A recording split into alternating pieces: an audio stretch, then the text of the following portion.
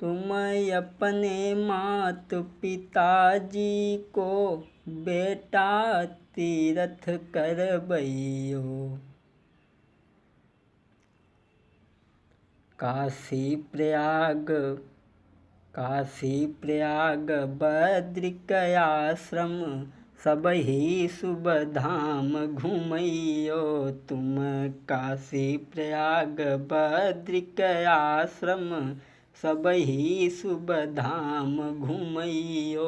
तुम बेटा, अगर तुम अपने माता पिता को तीर्थ यात्रा करवा सको तो तुम्हारे पिताजी और माता के दोनों के नैन ठीक हो जाएंगे।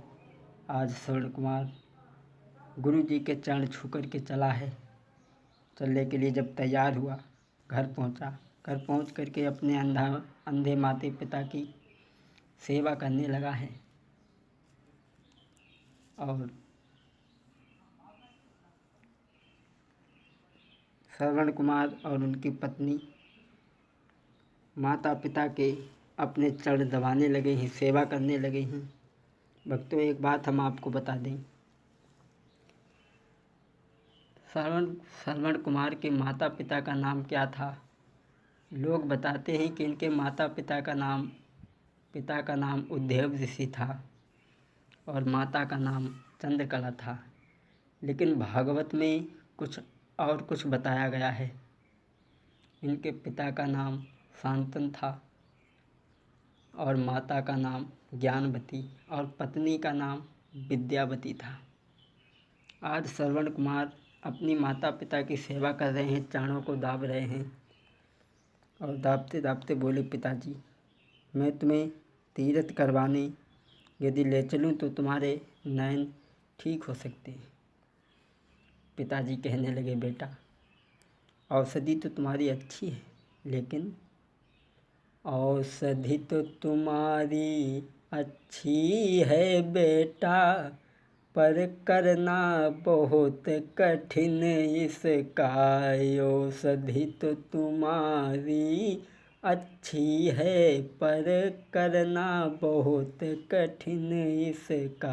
बेटा, औषधि तो तुम्हारी अच्छी है, लेकिन इसका करना बहुत कठिन है और हम दोनों बूढ़े हैं। हम दोनों बूढ़े हो गए हैं, कहीं मार्ग बीच होई मरना।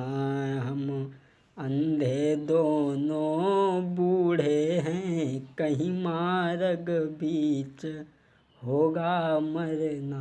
बेटा, हम तो दोनों अंधे हैं, बूढ़े हो चुके हैं और हमारा कहीं मार्ग बीच में मरना होगा, ठीक नहीं है। उसी समय चरणों की जब सेवा श्रवण कुमार कर रहे हैं, उसी समय श्रवण कुमार का साल आ गया और जो ही उसने विद्यावती को और श्रवण कुमार को चरण दाबते हुए देखा है, कहने लगा है, एकदम आँखों में लाल लाल खून के कतरे लेकर के क्रोध में कहने लगा, श्रवण बहनोई साहब, मैंने तुम्हारी शादी इसलिए नहीं की थी, अपनी बहन की शादी तुम्हारे साथ इसलिए नहीं की थी कि तुम इन अंधों की सेवा करवाओ। और मैं कब से तुम्हें टेर रहा हूँ कि तुम्हारे कान नहीं हैं।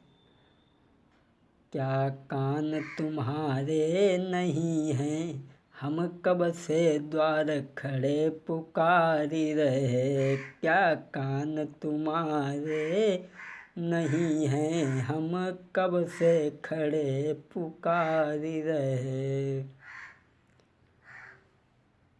बोले, हम कब से खड़े पुकार रहे हैं।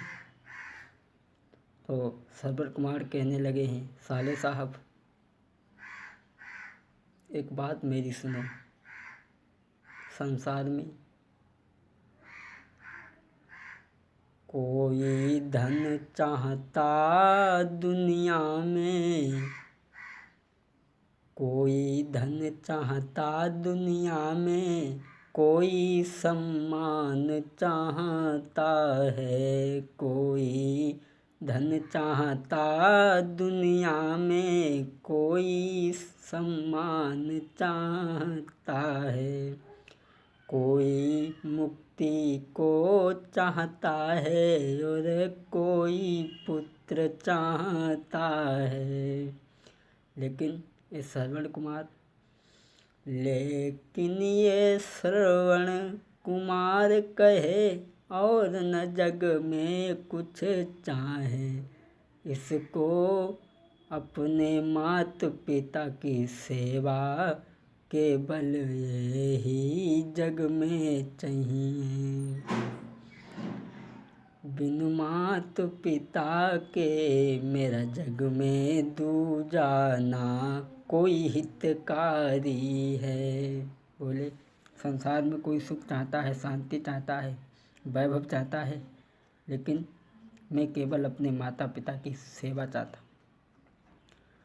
इतनी बात सुनकर के श्रवण कुमार का साला सोचने लगा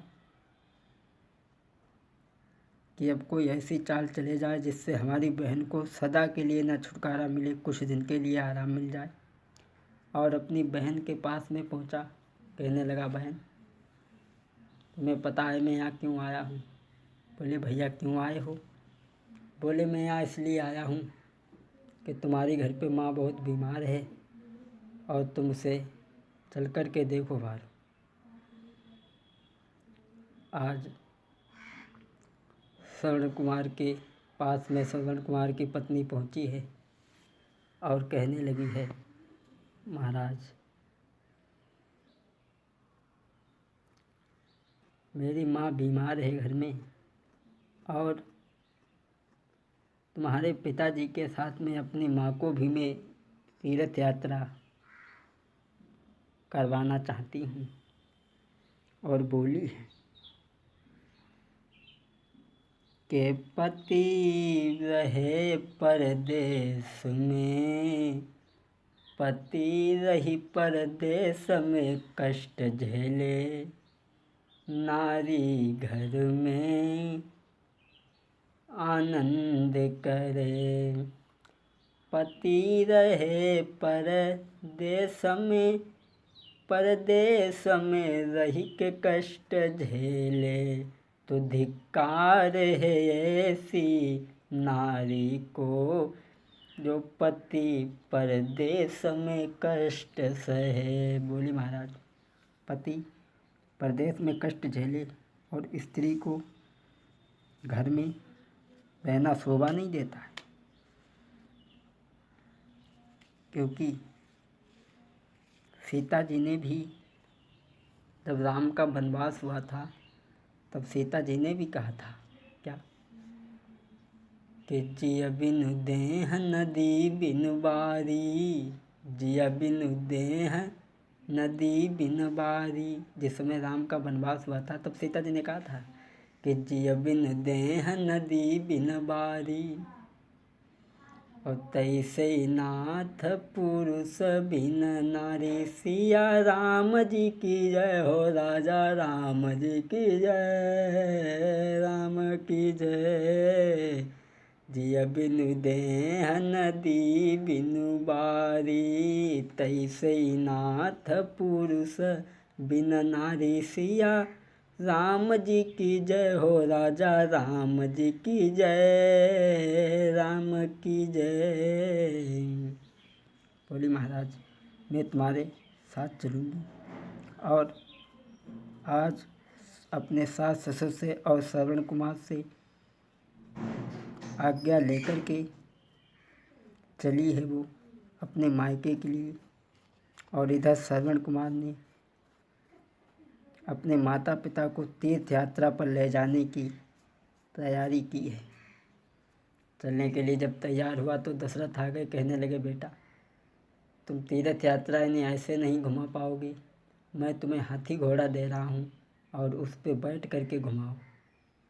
श्रवण कुमार कहने लगा, राजन अरे हाथी घोड़ा क्या है, हाथी घोड़ा मेरे माता पिता के लिए तो मेरे पैर ही काफ़ी। और बोले हाथी घोड़े ना मुझे चाहिए, मेरे पैर ही हाथी घोड़ा है, हाथी घोड़े न मुझे चाहिए, मेरे पैर ही हाथी घोड़ा है। पितुमात की सेवा करने को इस बेटा में दम भारी है।